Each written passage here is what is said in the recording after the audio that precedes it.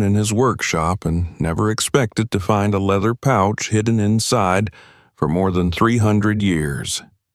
When he opened it, he realized he had made a terrible mistake.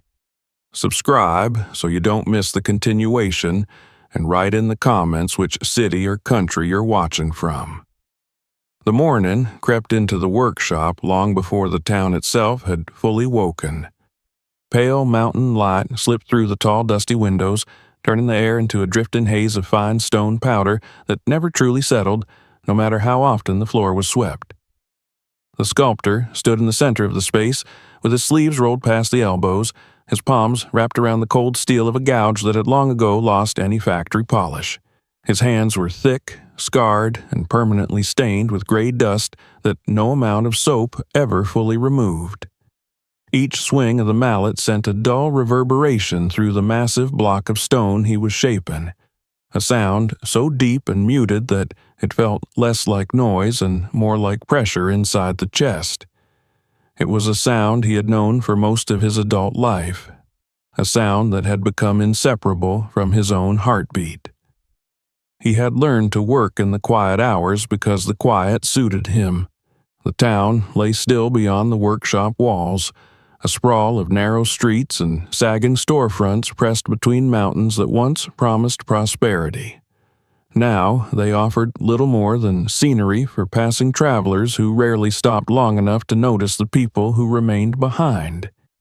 He was one of those people. He had been born in this valley, had watched the last quarry close, the last diner shut its doors, and the last of his friends leave in search of steadier lives somewhere else. He stayed because stone did not leave. Stone endured, even when everything built upon it began to fail. He moved around the block, studying the natural veins that cut across its surface. To anyone else, the slab was just another chunk of granite dragged out of some forgotten pit, but to him it was already something more. He traced the faint lines with his fingertips, feeling where the grain changed direction, where the ancient pressure of the mountain had bent the minerals into hidden currents. He believed, with a conviction that bordered on superstition, that every stone carried a story in its body, compressed into it over centuries. His job was not to impose shape, but to uncover it, to free whatever was already waiting inside. This belief had not come from books or teachers. It had grown out of long years of trial, failure, and stubborn persistence. When he was younger, he had tried to be practical. He had taken whatever work the town could offer, unloading trucks, cleaning abandoned lots, repairing fences for farmers who paid him in cash they could barely spare. Sculpting had started as a distraction, a way to quiet the restless anger that seemed to sit permanently under his skin. He had found a broken chisel in the back of a closed quarry shed and begun hacking at discarded stones behind his mother's trailer. The first pieces were clumsy and heavy, but something in the act of cutting into something that had existed long before him felt like a conversation across time. When his mother passed and the trailer was sold, he took the few tools he had collected and rented a corner of this old warehouse, converting it into the workshop where he now stood. Years later, the town knew him as the man who carved rocks. Some said it with mild respect, others with a tone that suggested wasted potential. They saw his calloused hands and the dust that clung to his clothes even when he walked into the grocery store, and they shook their heads as though his choices were a private tragedy. He paid his bills late more often than not. There were weeks when he lived on canned beans and coffee thick enough to stand a spoon in. The electricity for the heavy compressor and lights came at a cost he could never fully keep up with, and the landlord's notices were a regular fixture taped crookedly to his door. Still, he worked. He worked because when he stopped, the silence became unbearable. The workshop was not only his place of labor but his refuge, a place where he could forget the thin envelope of money in his pocket and the unopened letters stacked on the shelf by the door. He told himself that stone would outlast debt, that the mountains had no concept of overdue payments. Outside the building, the town moved slowly into another day. A delivery truck rattled past, its sides plastered with faded advertisements for businesses that no longer existed. The road that cut through the valley had been widened twice in the last decade, each expansion eating away at old hillsides and pushing more debris into the ravines below. He sometimes collected his material from those places, from the piles of discarded rock that were left behind when the crews packed up. He had made a quiet arrangement with one of the drivers who worked those sites, a man who would call him whenever a load of stone was deemed too awkward or worthless to haul away. For a few dollars and a case of beer, he could pick through the remains and take whatever caught his eye. That arrangement had kept him supplied with material, but it had not kept him solvent. Orders were rare, and when they came, they were usually small, decorative pieces that sold for barely more than the cost of the tools he used to make them. He had begun to suspect that his reputation as an eccentric local artisan worked against him more than it helped. People wanted souvenirs, not sculptures carved from the bones of the land. He was wiping his brow with the back of his forearm when the phone on the cluttered workbench vibrated. The screen lit up with a number he did not recognize. He let it ring once, twice, before setting the mallet down and answering. The voice on the other end was smooth and impatient, asking if he was the man who specialized in large-scale stone carving, the one who sourced material directly from the mountains. The caller spoke as though this were a rare and valuable skill rather than a necessity born of poverty. They did not linger on pleasantries. The man said he represented a private collector interested in commissioning a piece from a single unbroken boulder, one that had recently been extracted during road expansion work in a nearby gorge. The payment, he mentioned, was enough to make the sculptor momentarily forget the dust in his lungs. It was more than he had earned in the past year combined, enough to clear his debts and maybe even replace the aging compressor that wheezed like a dying animal. There were conditions.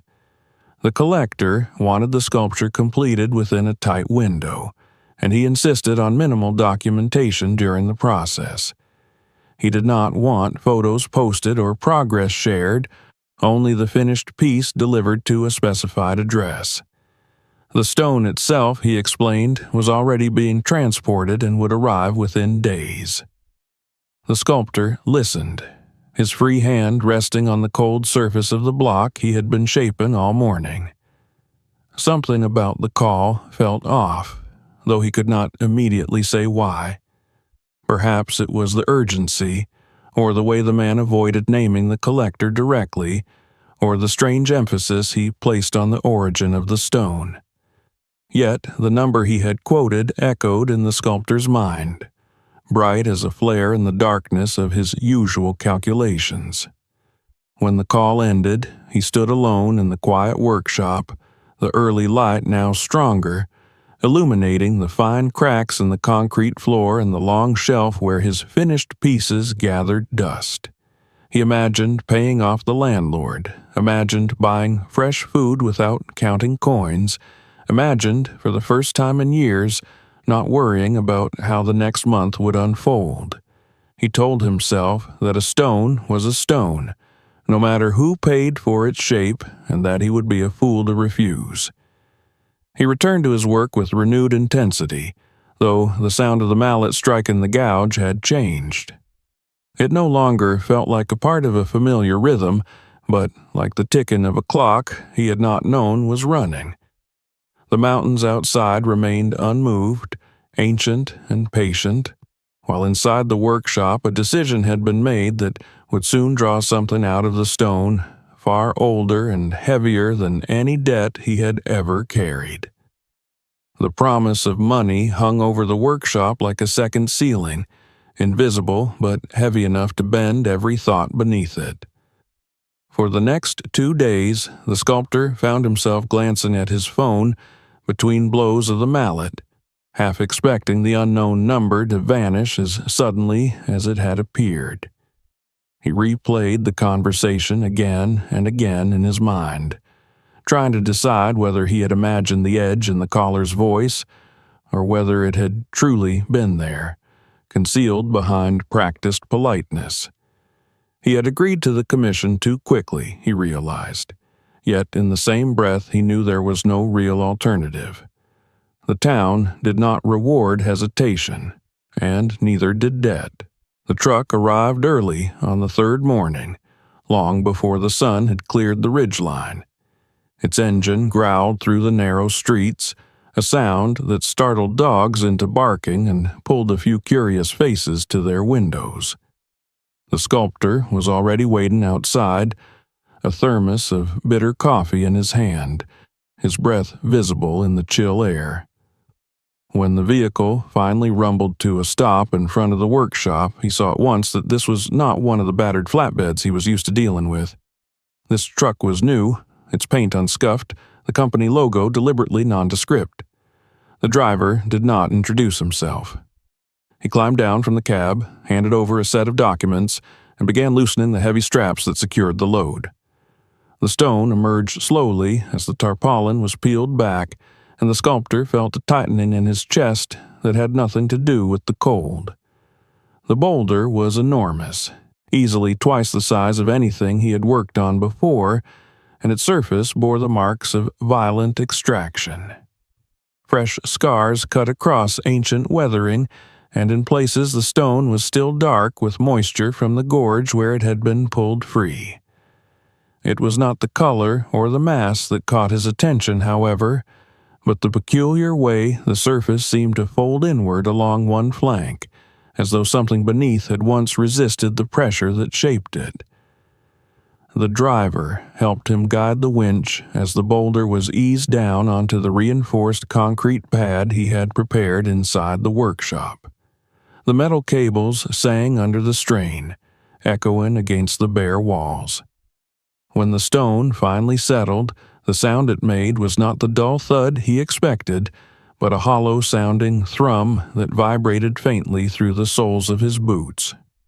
He pretended not to notice the sensation, but it lingered with him long after the driver had collected his paperwork and disappeared back down the street without a backward glance.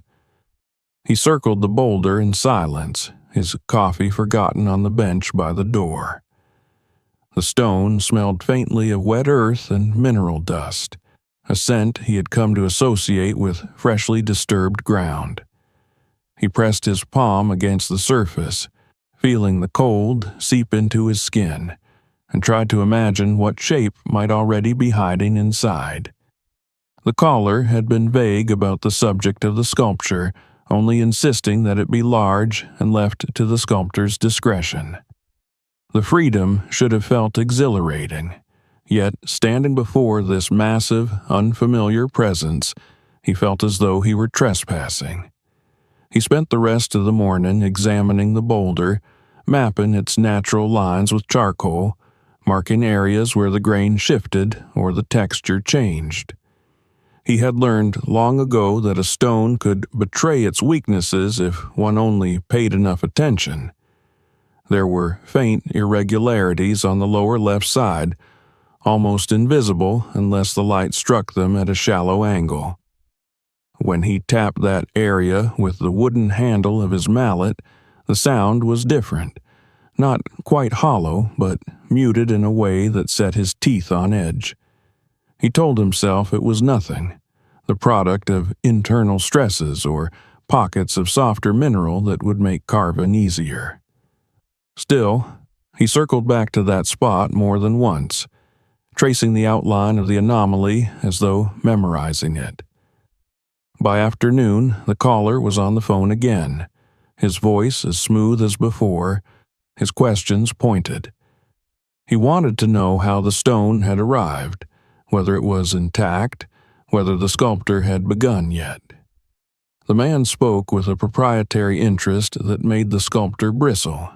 Yet he answered carefully, aware that any hint of trouble could jeopardize the only real opportunity he had been offered in years. He mentioned the size, the condition, the potential, and omitted his unease.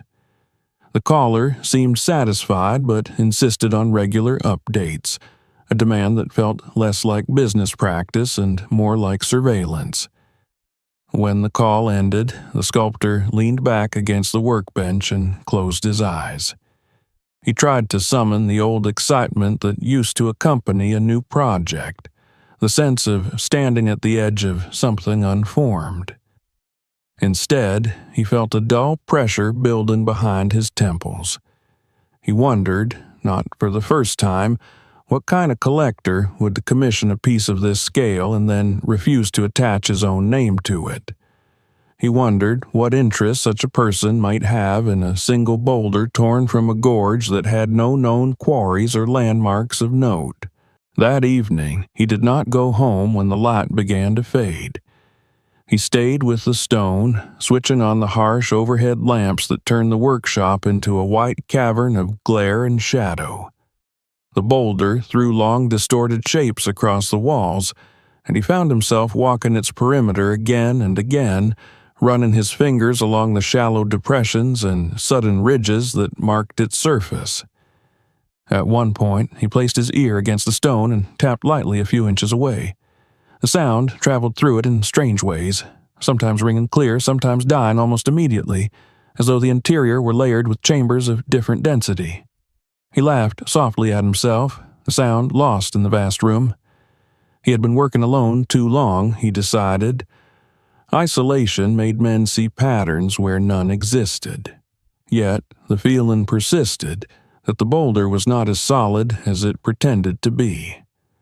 He marked the area of the odd resonance with a thin line of chalk, telling himself that he would begin there in the morning. It was as good a starting point as any.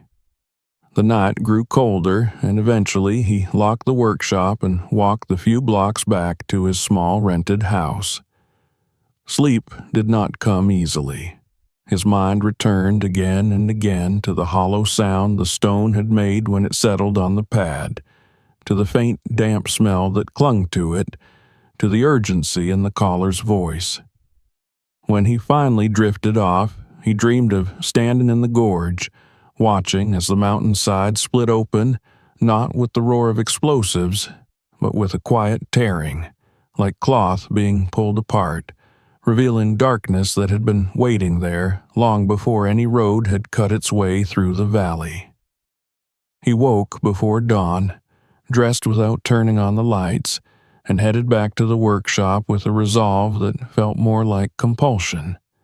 The stone was there, unchanged in the pale pre-morning glow, yet it seemed to dominate the space in a way it had not the day before. He placed his tools on the bench with ritual care, choosing a fresh gouge and the mallet with the least splintered handle. As he set the tip of the steel against the chalk mark he had drawn, he hesitated only a moment before striking, unaware that this first controlled blow would soon open a path not just into the heart of the boulder, but into a story the mountains had kept sealed for centuries. The first strike landed with the familiar weight of practice behind it, the mallet driving the steel into the chalked mark with a clean, decisive blow. The sound that followed was not what the sculptor expected. Instead of the dense, ringing crack that granite usually produced, the boulder answered with a hollow note, low and oddly short, as though the energy of the impact had been swallowed before it could echo back. He froze, mallet still raised, and waited for the delayed tremor that often followed a deep cut. It never came. The gouge slid forward in his grip, sinking farther than it should have, disappearing into the stone as if the rock had momentarily turned to clay. A fine mist of gray dust puffed outward, carrying with it a scent that did not belong in a dry workshop. It was sharp and resinous, mingled with something loamy and old, like the air trapped inside a sealed cellar. He pulled the tool free and stared at the narrow slit it had opened. The edges were smooth, too smooth, as though the interior surface had been shaped rather than fractured. His pulse thudded in his ears, and he became suddenly aware of how loud his own breathing sounded in the empty room. He leaned closer, angling the portable lamp so that its beam cut into the darkness behind the opening. The light did not vanish as it should have against solid stone. It spilled inward, revealing a shallow curve that suggested a space beyond, a cavity deliberately hollowed rather than the random pocket of air sometimes left behind by geological processes. The walls glistened faintly, coated with a thin layer of hardened substance that caught the light like varnish. He straightened and forced himself to step back, to regard the boulder from a distance. The chalk mark looked insignificant now, a pale scratch on an enormous body that had just betrayed a secret. He considered, for a long moment, the possibility that this was a trick of the stone, some freak anomaly that would make sense once he widened the opening. Yet everything about the cavity, from the smoothness of its interior to the smell seeping from it, spoke of intention. Working with a care that bordered on reverence, he exchanged the gouge for a smaller, finer chisel. Each tap was measured, more suggestion than force, the steel nibbling at the edges of the slit until the opening widened enough for him to see further inside. He brushed away the accumulating dust with a soft paintbrush normally reserved for finished pieces, revealing a shallow bowl carved into the rock, its surface sealed with a dark, glossy layer that had once been pliable and was now brittle with age. The realization came slowly, like the lifting of fog. This was not a crack formed by pressure or frost. Someone had carved this. Someone had stood in this gorge centuries ago and hollowed out a chamber in the living rock, then closed it off with care and skill.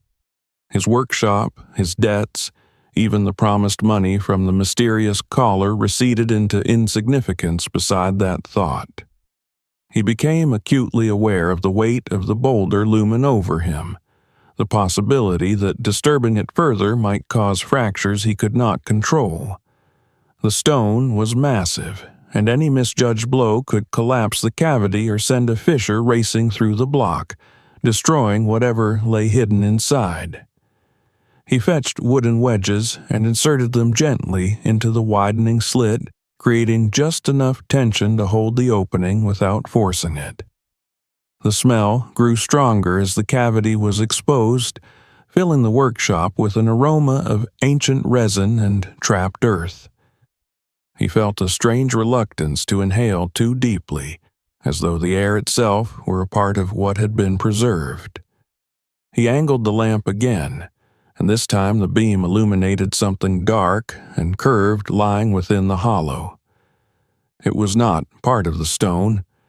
Its surface was uneven, matte rather than mineral, and it absorbed the light instead of reflecting it. His hands trembled as he reached inside, stopping short of touching the object.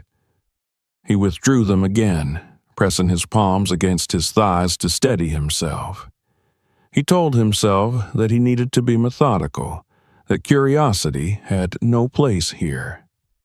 The voice of the caller echoed faintly in his memory, the insistence on discretion, on minimal documentation.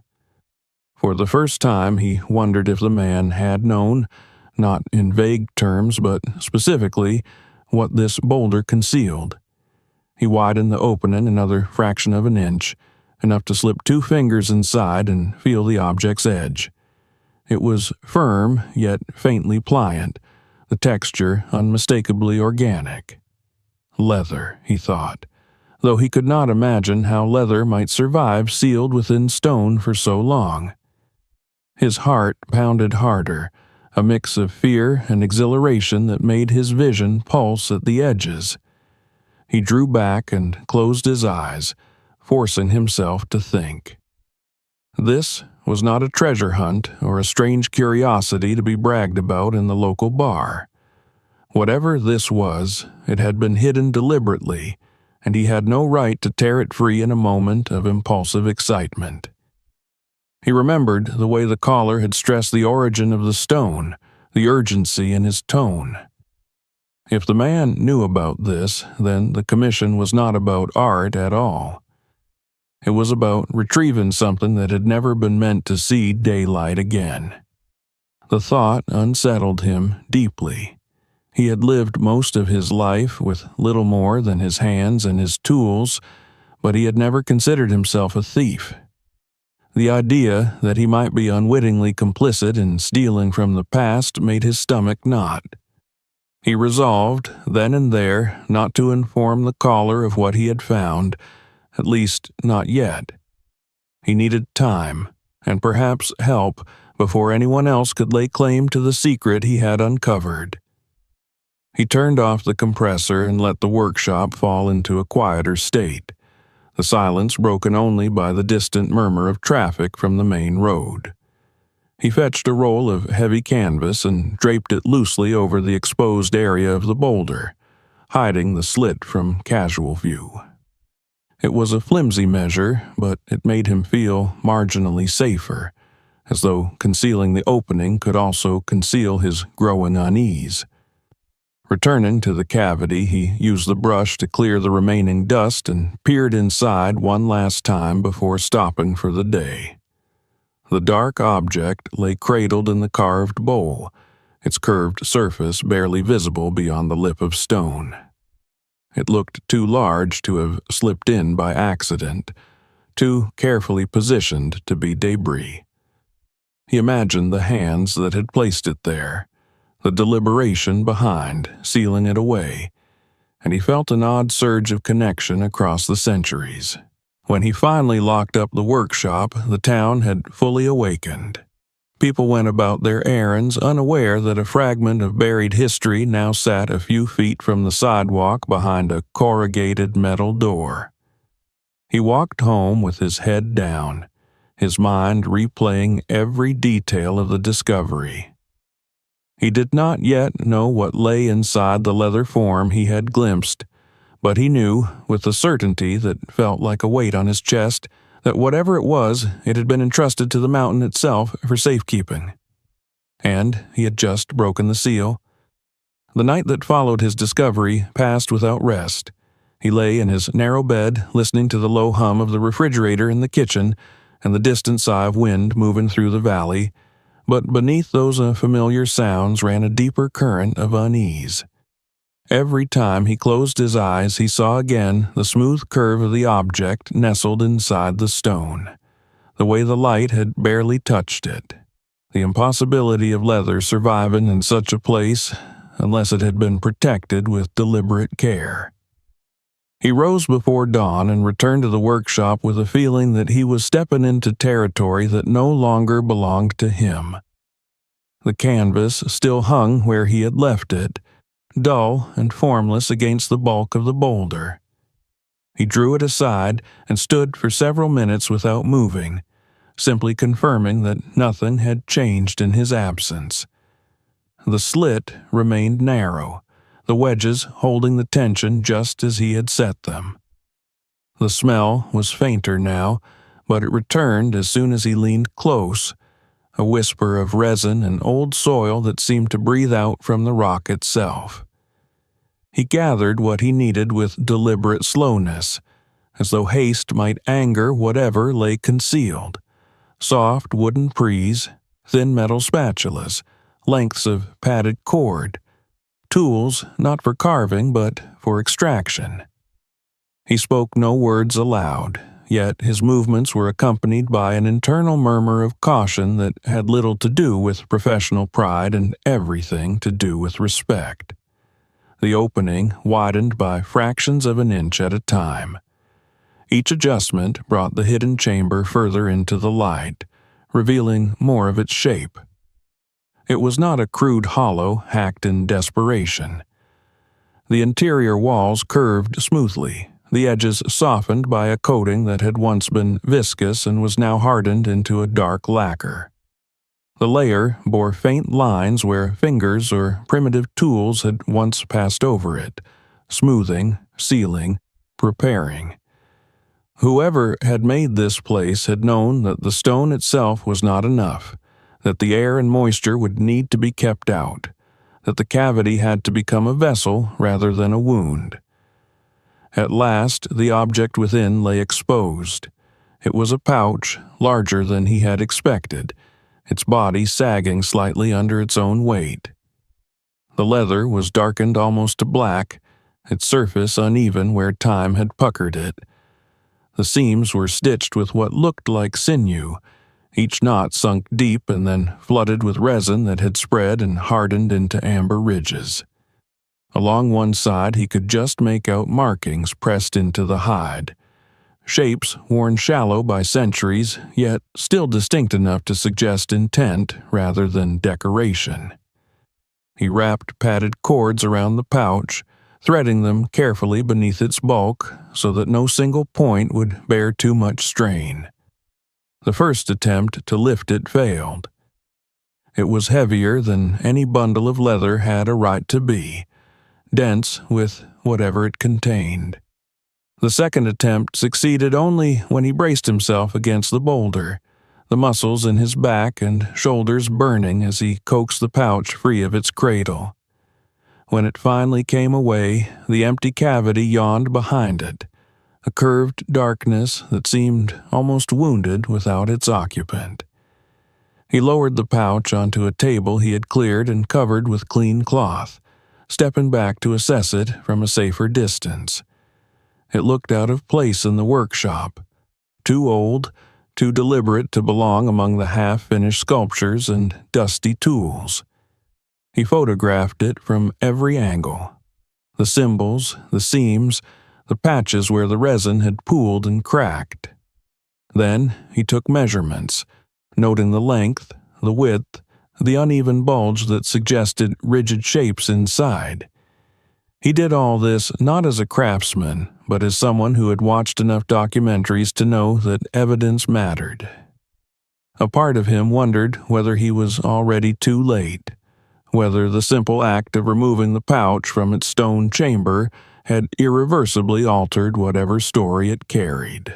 The question of age nagged at him. He turned his attention back to the boulder, to the place where the cavity had been hidden. The exterior surface bore no sign of repair, no obvious plug or seam. The stone around the opening was weathered, its edges softened in a way that spoke of decades of exposure, perhaps more. He fetched a magnifying glass and studied the boundary between the sealed interior and the surrounding rock. The coating extended a short distance into the stone, filling microscopic pores, fusing itself to the mineral structure. This was not a matter of years. It was the work of centuries, of chemistry and pressure combining to erase the distinction between natural and crafted surfaces. He imagined the moment when the pouch had been placed inside. The rock must have been part of a cliff then, the cavity carved into its face before being sealed and left to the slow violence of time. Landslides, erosion, human interference had eventually torn the stone free, turning a deliberate sanctuary into an anonymous boulder that could be hauled away by a road crew without anyone suspecting what lay inside. His phone vibrated on the bench, shattering the stillness. The same number, the same insistence. He did not answer at first, watching the screen pulse itself dark again. When it lit a second time, he forced himself to pick up. The caller did not bother with greetings. He wanted to know how the work was progressing, whether the sculptor had begun shaping the stone. The man's tone was cordial, but beneath it ran a strain that the sculptor could now recognize. He answered in generalities, speaking of surface assessment and preparation, of needing time to understand the structure of such a large piece. He said nothing of hollow chambers or ancient pouches. When the call ended, his hands were damp with sweat. He locked the workshop doors, something he had rarely bothered to do during the day, and moved the pouch out of sight, sliding it into a storage cabinet behind a row of unfinished figures. The action felt absurdly inadequate, yet it was all he could think to do. He returned to the boulder and replaced the canvas, though he knew the gesture was symbolic at best. He spent the rest of the afternoon in the local library, his hands still faintly smelling of resin despite repeated washing. The library was one of the few public spaces left that still felt cared for, its shelves heavy with regional histories that few bothered to consult anymore. He searched for anything that might resemble the markings he had seen on the pouch, leafing through volumes on indigenous art and settlement patterns in the surrounding mountains. The shapes were not exact, but the style was unmistakable, echoing motifs associated with tribes that had once occupied the high valleys before being driven out or absorbed. The realization settled over him slowly, and then all at once. This was not merely old. It was culturally specific, tied to people whose stories had been interrupted or erased. The weight of that understanding followed him back to the workshop, where the boulder now seemed less like raw material and more like an accomplice in a long act of concealment. He stood before it as the light faded, thinking of the anonymous hands that had carved its interior, the care with which they had sealed their pouch against a future they could not control. He had taken the first step in breaking their protection, and the responsibility of what came next pressed down on him more heavily than the stone ever could. The workshop had taken on the air of a temporary laboratory. What had once been a place of blunt force and grinding noise now lay arranged with almost clinical precision, the long table scrubbed clean, the tools lined up not by habit but by function. The sculptor moved among them with a care he had never needed before, aware that this was no longer about shaping stone, but about safeguarding something whose meaning he only dimly understood. The leather pouch remained hidden in the cabinet for most of the morning while he prepared, as though keeping it out of sight might delay the moment when he would have to confront its contents. He began by setting up lights, bright and steady, arranged so that no single shadow could obscure the surface he was about to expose. He calibrated the old digital camera he normally used to document finished sculptures, now repurposed to record the process in as much detail as its aging sensor could manage. He told himself that thoroughness was a form of respect, that the more carefully he documented, the less likely he was to lose something irreplaceable through ignorance. When he finally retrieved the pouch, he carried it as one might carry a sleeping child, cradling its weight against his chest. Up close, under the unforgiving glare of the lamps, its condition was both better and worse than he had expected. The leather had not cracked apart, yet it bore the scars of immense age, its surface uneven where oils had migrated and dried, where the resin that once sealed it had flowed into every crevice before setting like stone. The symbols were clearer here, not decorative but purposeful, pressed so deeply that they had altered the hide's very structure. He photographed every detail, then began the delicate task of softening the hardened resin. There were no chemical baths or professional equipment at his disposal, only patience and the steady application of controlled heat from a low-powered gun he normally used to cure finishes. The resin responded reluctantly, its surface turning from brittle to faintly pliant in small patches. He worked in millimeters, scraping away layers with a scalpel so sharp it seemed almost to hum when it touched the ancient coating. The hours passed unnoticed. The world beyond the workshop narrowed to the gleam of steel against amber, to the quiet flaking sound of centuries-old material yielding at last. As he progressed, the original seams of the pouch emerged, stitched with a skill that was all the more striking for its simplicity. Whoever had made this had not relied on ornament or excess. Every element served a purpose, from the tightness of the stitches to the way the resin had been poured to cover them. When the last of the hardened seal gave way, the opening did not spring apart as he half expected. It relaxed, slowly, the leather creasing as though waking from a long sleep. He paused, heart hammering, then parted the seam just enough to peer inside. There was no glitter of metal, no reassuring clink of coin. Instead, he saw a mass of muted shapes wrapped in a substance that might once have been flesh or fiber, now transformed into something closer to parchment by the long years in darkness. He widened the opening carefully and slid a gloved hand inside, not to remove anything but to feel the texture of the wrappings. They were firm, yet not brittle, preserved by the resin and the sealed chamber in a state that defied his expectations. Beneath them he could sense the contours of solid objects, angular and heavy, arranged with deliberate order.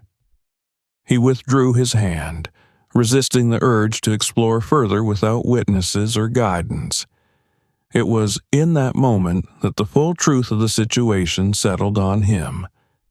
This was not a personal hoard, not the savings of a forgotten traveler or the spoils of some long-ago crime. The care with which the items had been wrapped and sealed spoke of ritual, of reverence.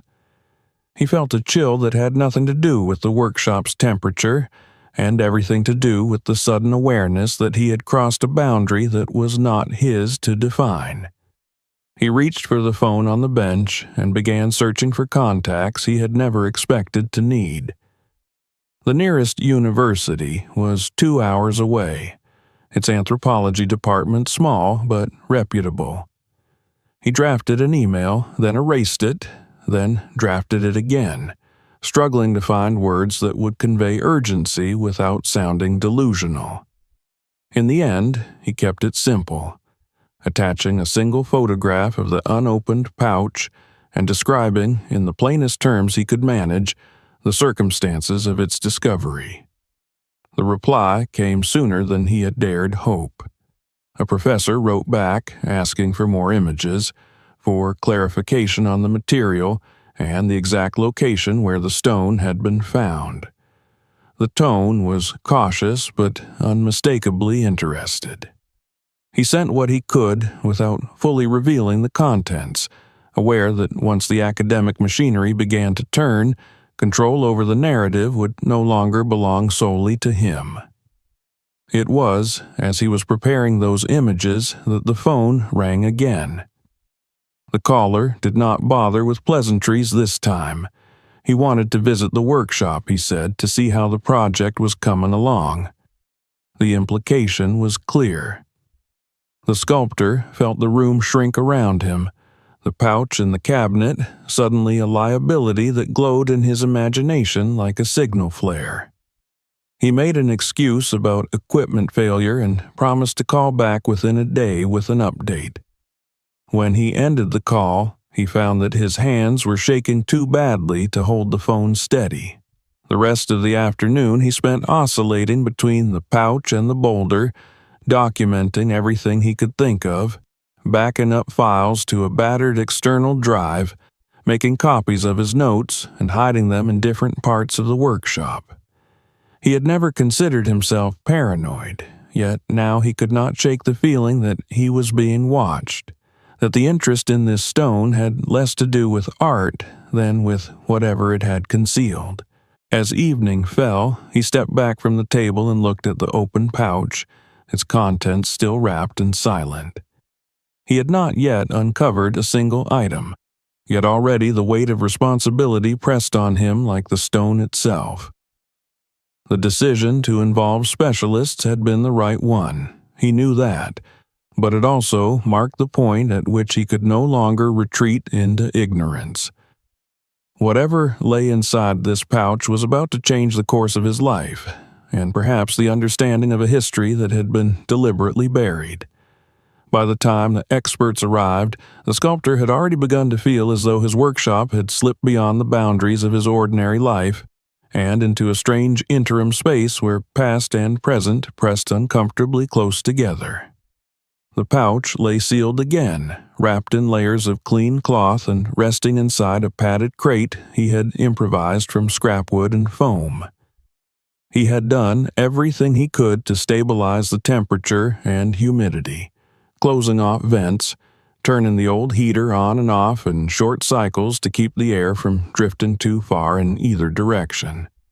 It was a crude approximation of professional conservation, but it was all he had. The professor from the university arrived first, a woman with tired eyes and a voice that grew steadier the longer she studied the photographs he had sent. She was followed by a museum conservator whose movements were so deliberate they seemed rehearsed, and then by a representative from the state office responsible for cultural heritage. They filled the workshop with the quiet authority of people accustomed to being summoned by unusual finds, yet each of them paused when they saw the boulder, the slit still faintly visible beneath the canvas. None of them needed to be told that this was no ordinary discovery. They began with questions rather than actions, listening as the sculptor recounted the sequence of events, from the mysterious commission to the hollow sound of the first strike. He spoke more than he had in years, his words tumbling over one another as he tried to convey the sense of unease that had settled over him since that morning. The conservator took notes, nodding occasionally, while the professor's gaze returned again and again to the place where the stone had been opened, as though she could already picture the hands that had shaped it. Only when his account was finished did they approach the crate. The pouch was unwrapped with a care that bordered on ritual, the cloth folded back layer by layer until the dark leather lay exposed to the light once more. The professor bent close, her breath catching audibly as she traced the symbols with a gloved finger. She murmured names he did not recognize, referencing patterns from tribes that had once occupied these mountains long before any road had cut through the gorge. The conservator examined the resin seal and the stitching, commenting quietly on the techniques employed, on the unusual combination of materials that had allowed the pouch to survive for so long.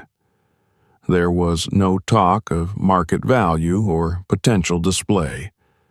Their interest lay elsewhere, in the story implied by the craftsmanship and the implications of a sealed cache hidden inside living rock.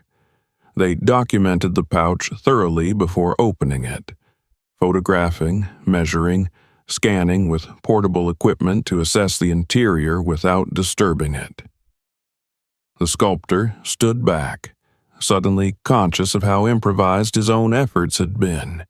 Yet the professionals did not dismiss him. They spoke to him as a collaborator rather than a bystander, acknowledging that without his patience and restraint, the pouch might have been lost to careless curiosity. When they finally parted the leather and peeled back the ancient wrappings, the room seemed to contract around the table. The contents emerged slowly, objects of stone and metal arranged in a precise order that had clearly been established with care. The professor identified the shapes almost immediately as ceremonial items, tools not of labor but of meaning, carved and polished according to traditions that had not been practiced openly in this region for more than 300 years.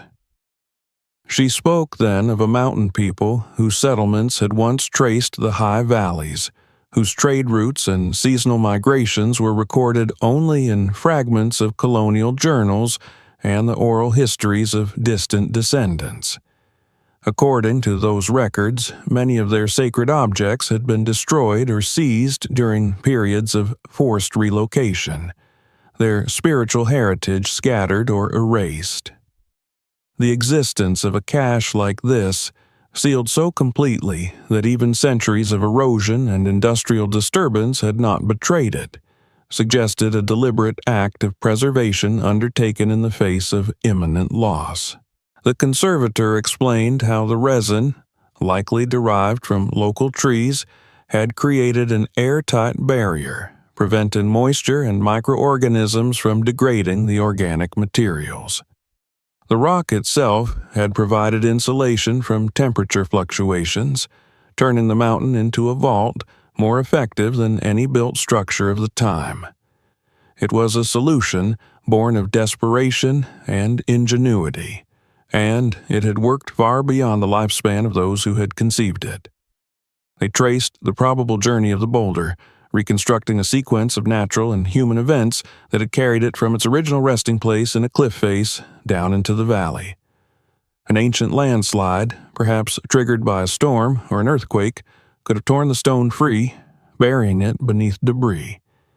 Decades later, road construction or quarrying would have unearthed it, moving it from one pile of rubble to another until it lost all connection to its origin. By the time it reached the sculptor's workshop, it was nothing more than a convenient mass of granite to be reshaped or discarded. The conversation turned inevitably to the present. The professor emphasized the importance of involving representatives of the descendant community, explaining that interpretation and decision-making could not be done in isolation from the people whose ancestors had created the cache. The state official outlined the legal framework that governed such finds, noting that while the land had changed hands many times, cultural patrimony could not be claimed by whoever happened to possess the physical object. The sculptor listened, absorbing words like repatriation and consultation, realizing that the pouch and its contents were no longer his to worry over alone. At the same time, a fresh anxiety surfaced.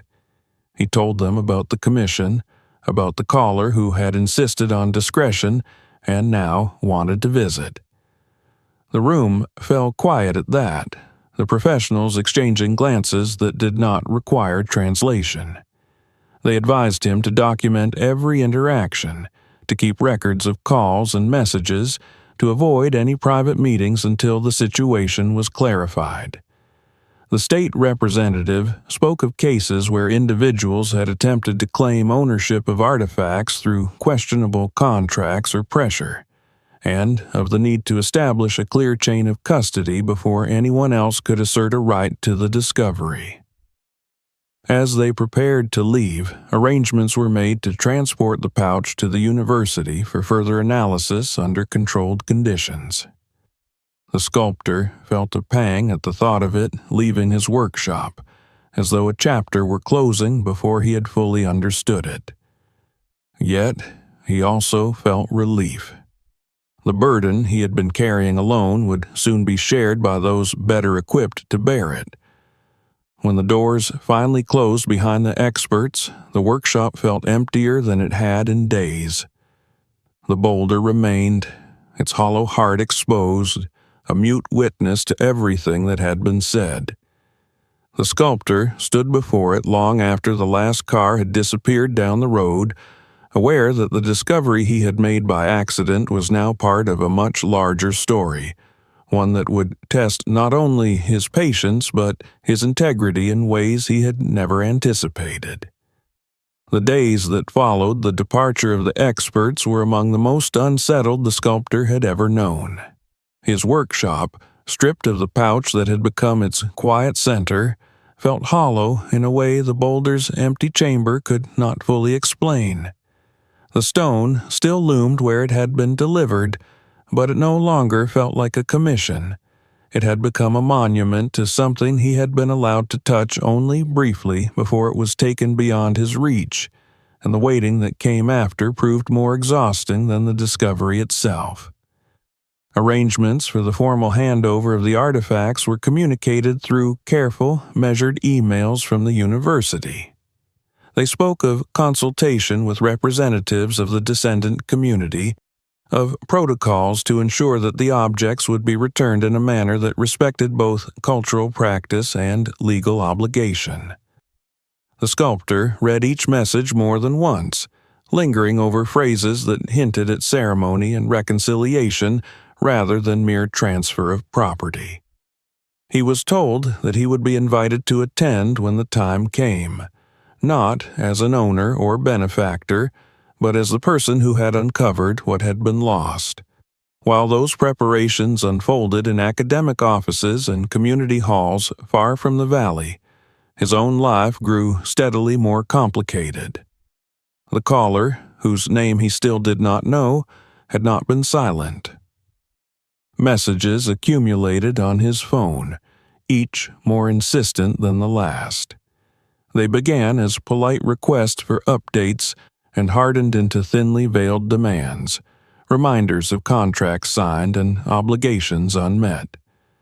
When he stopped answering altogether, the calls were replaced by visits.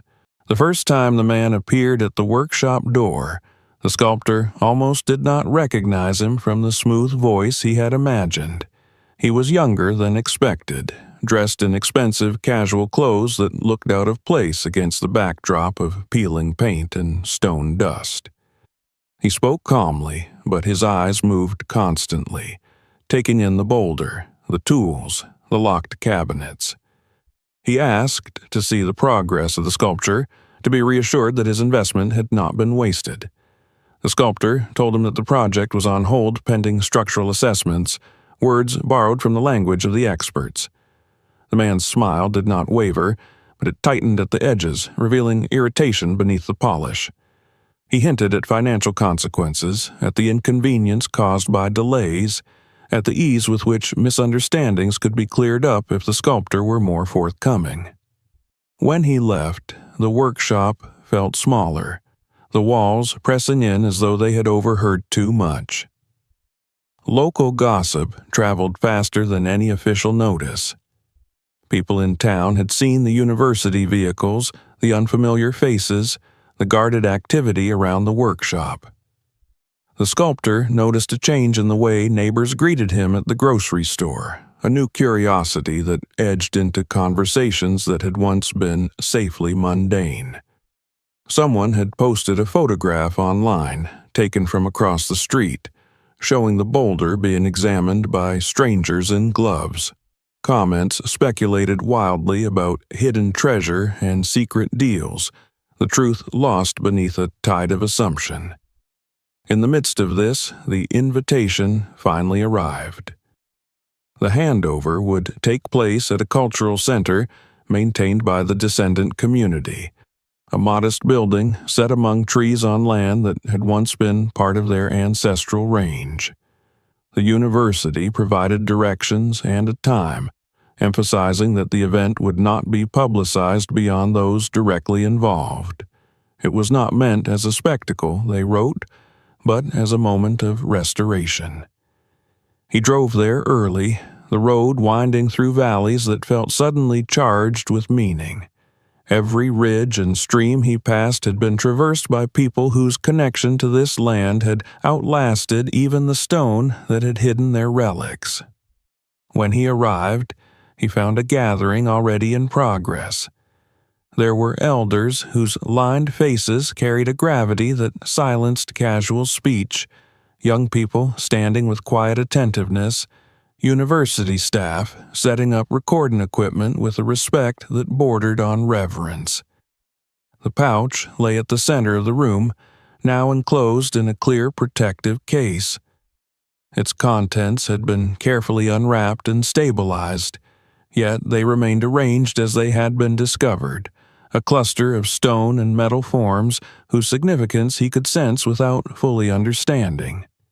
The professor greeted him with a nod that conveyed both gratitude and restraint, as though acknowledging that his presence was part of the story, but not its culmination. One of the elders spoke at length, recounting the fragmentary history that had been preserved in oral tradition.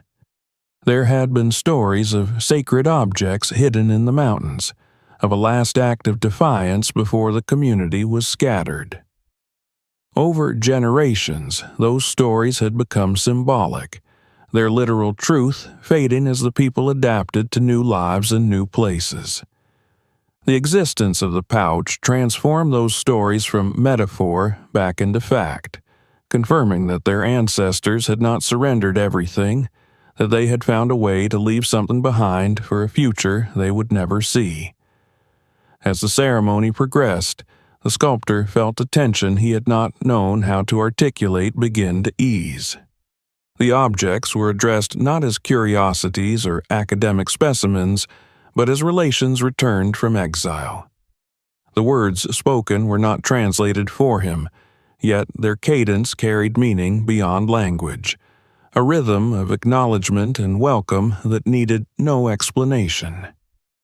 The caller's shadow hovered over his thoughts even here, and when he felt a presence behind him, he turned abruptly, only to find the state representative who had visited his workshop.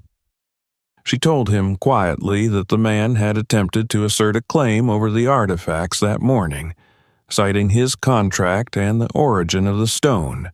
Legal staff had intervened, presenting documentation that established the cultural and historical status of the items and the impropriety of any private ownership.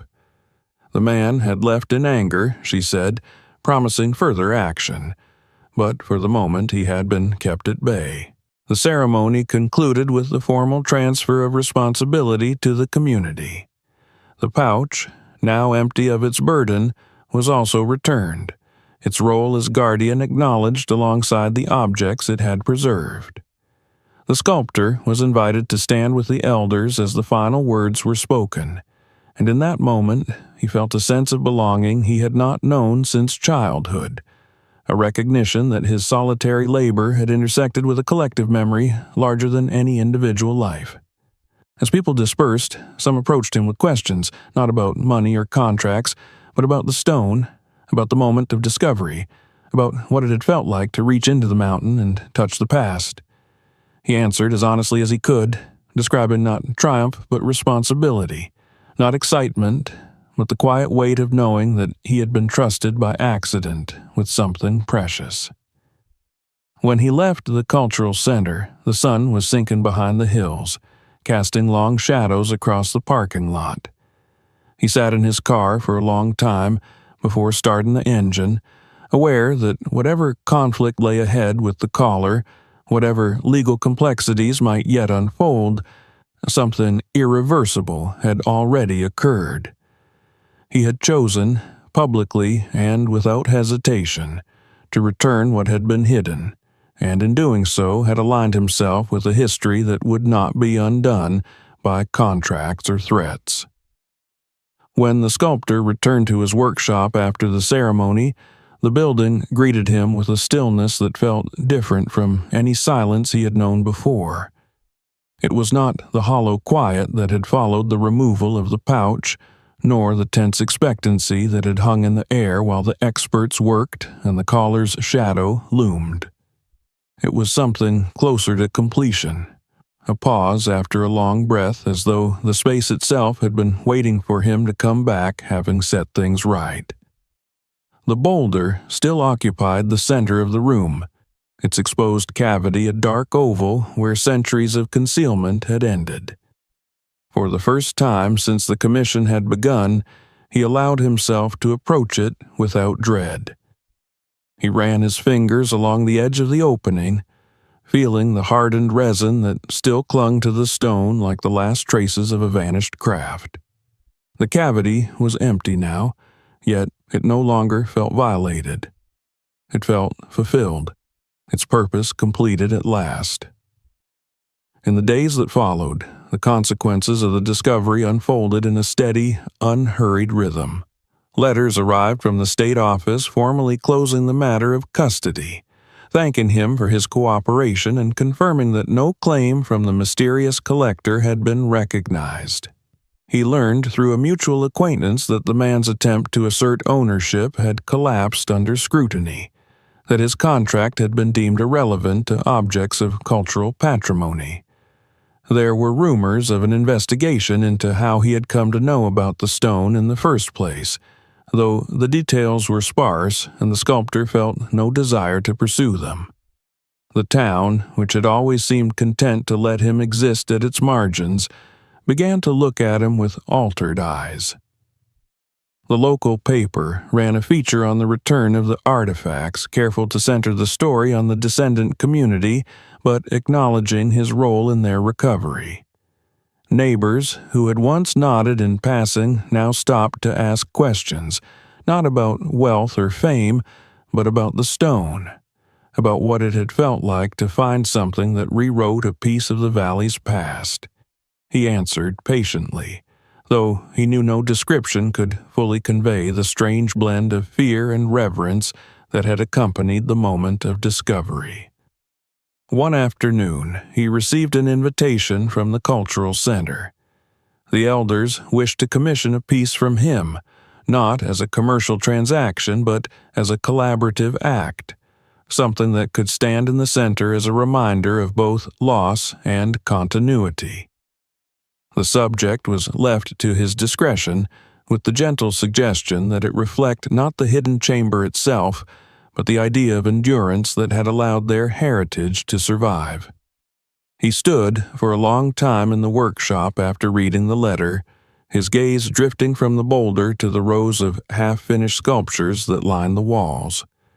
For years he had carved in isolation, guided only by his own instincts and the stubborn belief that stone carried stories worth hearing. Now, that belief had been affirmed in a way he could never have predicted, and it demanded a response worthy of its gravity. He began by selecting a smaller block from the remnants of the boulder, a piece that had broken away naturally during the opening of the cavity. It felt right that the new work should be born from the same stone that had guarded the pouch, that its material continuity mirror the continuity of the story it was meant to tell. He cleaned it carefully, removing every trace of dust and resin until the surface gleamed with quiet potential. As he worked, he found that his relationship with the stone had shifted. He no longer approached it solely as a sculptor seeking form, but as a listener attuned to the echoes of past hands. The sound of his mallet seemed deeper, less intrusive, as though he were tapping into a dialogue rather than imposing his will. He carved slowly, shaping not a literal representation but an abstraction of shelter, a curve that suggested both a mountain's embrace and the protective hollow that had preserved the artifacts. The piece grew over weeks, its lines smoothing into a form that resisted simple classification. Those who saw it in progress struggled to name it, and he offered no explanation, content to let the stone speak in its own way. When it was finished, he transported it to the cultural center himself, setting it in place under the guidance of the elders. They did not evaluate it as art in the conventional sense, but as a gesture, a bridge between what had been hidden and what was now openly acknowledged. In quieter moments, he reflected on how narrowly his life might have missed this turning. Had he been less patient, less willing to listen to the stone, the pouch might have been shattered by careless blows. Had he been more desperate for money, he might have handed everything over to the caller without question, erasing centuries of preservation in a single transaction. Instead, he found himself in a position he had never sought, regarded not as a curiosity or a cautionary tale, but as someone who had acted with integrity when it mattered. The workshop began to fill with new commissions, not from collectors seeking to own something rare, but from people interested in what his work represented. He accepted selectively, aware that the pace he had once maintained out of necessity no longer served him. He still struggled with bills, still counted dollars at the grocery store, yet the anxiety that had once hollowed out his days was softened by a sense of purpose that no invoice could diminish.